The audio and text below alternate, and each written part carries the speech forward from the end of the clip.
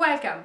We have now reached the latest part of this video series and we will be talking about how to make change stick. And there is not actually a precise time where you can say, the change has been fully implemented, now we can move on. It's a little bit more blurry. Of course, you will have had the possibility to track change and have a fair good idea whether the change management initiative is coming to an end or not. But there is a risk, and actually it's the risk that even if the project will come to an end, actually change will not basically grow. So you put basically all the seeds, you have been starting, project managing it, you have communicated it, but sometimes it could be that some people may go back to their old ways, or actually there could be some people that don't even learn the new ways. So what can you do in order to ensure, or at least to increase significantly, the possibility that the change management initiative is going to stick? Well, first of all, you will have to align your performance management system to the new behavior. This doesn't mean, as lots of people think, a carrot and stick approach. That's actually not the way. But of course, if you do not reward the new behavior, so the expected behavior, compared basically to what it was the old one, well, basically your behavior, your conduct will not reinforce the fact that the new way is the one that was directed with the change management initiative. So the first thing that you will have to look at is our performance management system in line with the behavior that you want to promote? And how are we going to reward the employees? Rewards that of course can be financial but also non-financial. So think about how to make change stick in the long term. Also, you will have to take into consideration that not everyone will be ready to change at the same exact time. We have already discussed in the previous videos the concept of resistance to change and how it is a normal reaction, a normal human reaction to change.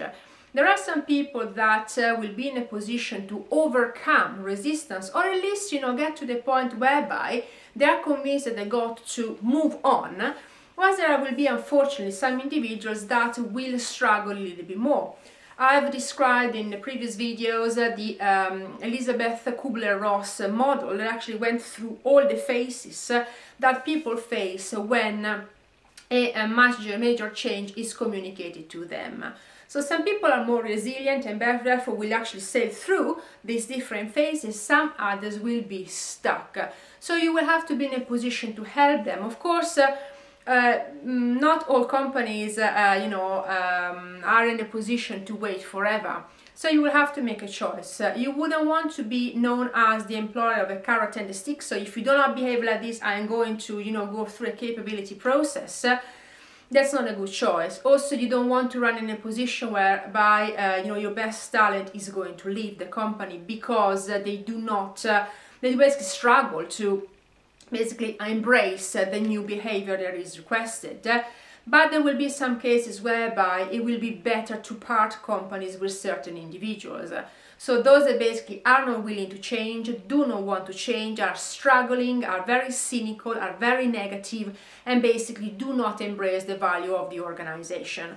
So this is the last case scenario, but always bear in mind that some people will not make it through change, whether because they will decide to leave the company as they do not basically embrace the change management initiative for whatever reason.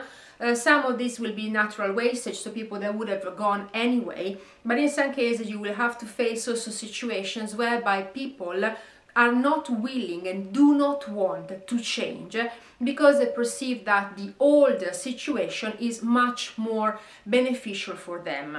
The problem is that you as an organization cannot live in the past, you have to live in the present and most of all in the future. So performance management, change that, make sure that is reflecting the new behavior that is supported by the organization, and most of all that you're going to be consistent in rewarding and praising employees that are embracing the new initiatives and the future basically of the organization, and actually helping through people that are struggling. But after a while, and of course there is not a fast rule and say after 6 months or 8 months, it will depend on your organization, you may actually have to release some employees, and that means actually dismissing them.